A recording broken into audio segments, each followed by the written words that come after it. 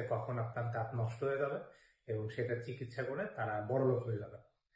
অনেকেই ভাবেন, স্পেশালি দাঁতের ডাক্তারদের ব্যাপারে, যে তারা আপনার একদমই ভালো চান না। তারা সবসময় এই চিন্তায় থাকেন যে কখন আপনার দাঁত নষ্ট হয়ে যাবে এবং সেটার চিকিৎসা করে তারা বড়লোক হয়ে যাবে। এই চিন্তাটা কিন্তু একেবারেই ভুল। বরং আপনার থেকেও আপনার দাঁত ওরাল হাইজিন মেনটেন্যান্সের ব্যাপারে, আপনার ওরাল হাইজিন সচেতনতার ব্যাপারে যে মানুষটা সবচেয়ে বেশি কেয়ার করে সেটা হচ্ছে আপনার দাঁতের ডক্টর। কেন? কারণটা বলি। আপনার মুখে খুব বেশি হলে 32টা দাঁত আছে, আর আপনি যদি এই দাঁতগুলোর ব্যাপারে সচেতন না হন, এই দাঁতগুলো আস্তে আস্তে নষ্ট হয়ে যাবে।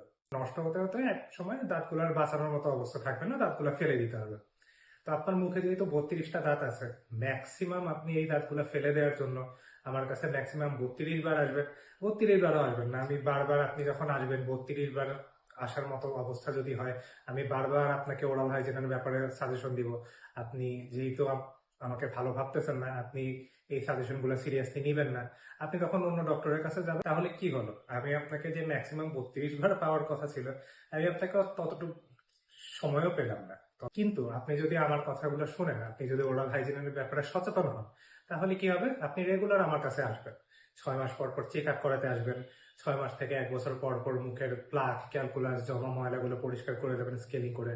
ছোটখাটো যদি গর্ত হয়ে যায়, ক্যাভিটি তৈরি হয়, তখন সেগুলো জলদি জলদি ফিলিং করে দিবেন। আর শুধু তাই না, যখন আপনি ওরাল হাইজিন মেনটেন্যান্সটা আমার কথা শুনে মেনটেন করবেন, যখন আপনি দেখবেন যে আপনার দাঁত ভালো আছে, আমার প্রতি আপনার একটা আস্থা লাগবে, তখন আপনি কি করবেন? আপনার আত্মীয় স্বজন, আপনার বন্ধু বান্ধব, আপনার কাছের মানুষজনদেরকেও সাজেশন দিবেন যে এই ডক্টরের কাছে যাও, এই ডক্টর তোমার দাঁতের ভালো টেক কেয়ার করবে এবং ভালো ট্রিটমেন্টও দিবে। তো তখন কি হলো? শুধু আমি আপনাকেই যে বারবার পাচ্ছি পেশেন্ট হিসেবে এটাই না, প্লাস আপনার আশেপাশের অন্যান্য আত্মীয় স্বজন যারা আছেন, আপনার ক্লোজ মানুষজন যারা আছেন, তাদেরকেও আমি পেশেন্ট হিসেবে পাচ্ছি। সো ফাইন্যান্সিয়াল দিয়েও যদি আপনি চিন্তা করেন, সেই ক্ষেত্রে তো অবভিয়াসলি এটা অনেক বেশি লাভজনক না আমার জন্য।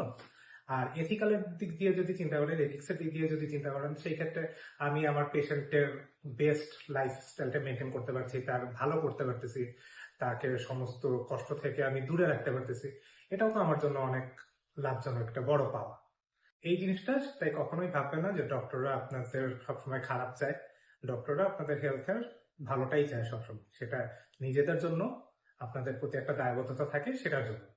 সো নিজের ওরাল হাইজিনের যত্ন নেন, ডক্টর আপনাকে যে অ্যাডভাইস গুলো দেয় সেগুলো পরিপূর্ণভাবে পালন করেন, নিজেকে সুস্থ রাখেন, নিজেকেও ভালো রাখেন, আর আপনার যে ডক্টর আছে তাকেও বড়লোক করে ফেলেন।